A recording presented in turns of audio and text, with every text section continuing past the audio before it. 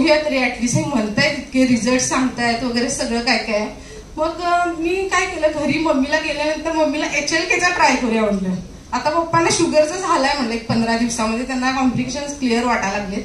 आपण HLKसाठी ट्राय करूया. तिला स्वतःला बीपीचा त्रास होता आणि तिला ऑलरेडी ऑलमार्क H40 तिची बीपीची गोळी चालू होती आणि तिच्या डेंग्यू मध्ये जी बीपी डाऊन जी आली होती त्याच्यानंतर परत सरांनी म्हणजे डॉक्टरांनी गोळी चालू केली नाही बीपी वाढायची वगैरे. मग ती तशीच राहिली आणि परत अचानकपणे तिची बीपी वाढली.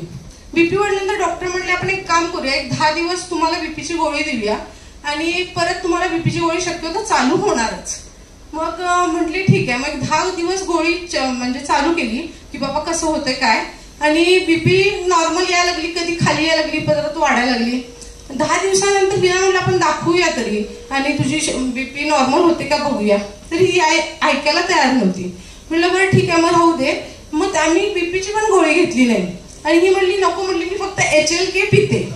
मी म्हटलं अगं नको, त्याच्यावरती काहीतरी ट्राय करू, तुझ्या ऑलरेडी बॉडीला सवय आहे. तरी ऐकायला तयार नाही. पण त्या म्हणजे दोघंही आली होती माझ्या बरोबर ते ट्रेनिंग ऐकायसाठी. त्यामुळे त्यांना HLKची पूर्ण इन्फॉर्मेशन कळाली होती, डीची पण इन्फॉर्मेशन कळाली होती. मग ती त्या इन्फॉर्मेशन म्हणजे सरांच्या सांगण्यावरून फक्त ती म्हणली मी ती गोळी पुन्हा घेणार नाही 10 दिवसानंतर. आफ्टर 10 डेज बोलली ही. मग ठीक आहे म्हटलं. आणि त्याच्यानंतर 10 दिवस तिने गोळी घेतली नाही. 1 महिना झाला टोटल गोळी घेतली नाही. डॉक्टरांना दाखवायला गेलो आणि डॉक्टर म्हणले तुमची बीपी नॉर्मल आहे, तुम्हाला काय आवश्यकता नाहीये. मग तुमची गोळी त्यांना माहिती नाही की म्हणजे कधी चालू केली कधी बंद केली वगैरे. तर ते म्हणले 10 दिवसच घेतली, 10 दिवसानंतर मी पूर्णपणे बंद. हे म्हणले कसं शक्य आहे की तुम्ही 10 दिवसच घेतली गोळी मी सांगितलेली आणि त्याच्यानंतर तुम्ही घेतलाच नाही 20 दिवस.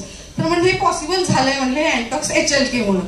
म्हणजे हे जे रिझल्ट ओरिएंटेड मला कळालं त्याच्यानंतर मी समज सोशलमध्ये म्हणजे काम करायचं म्हणजे मी स्वतःहून काम करायचं ठरवलं. नाहीतर ऍटलिस्ट माझं हे प्रोफेशनल नव्हतं, फक्त सामाजिक कार्याची आवड असल्यामुळे मी इकडे जास्तीत जास्त वळले. थँक्यू.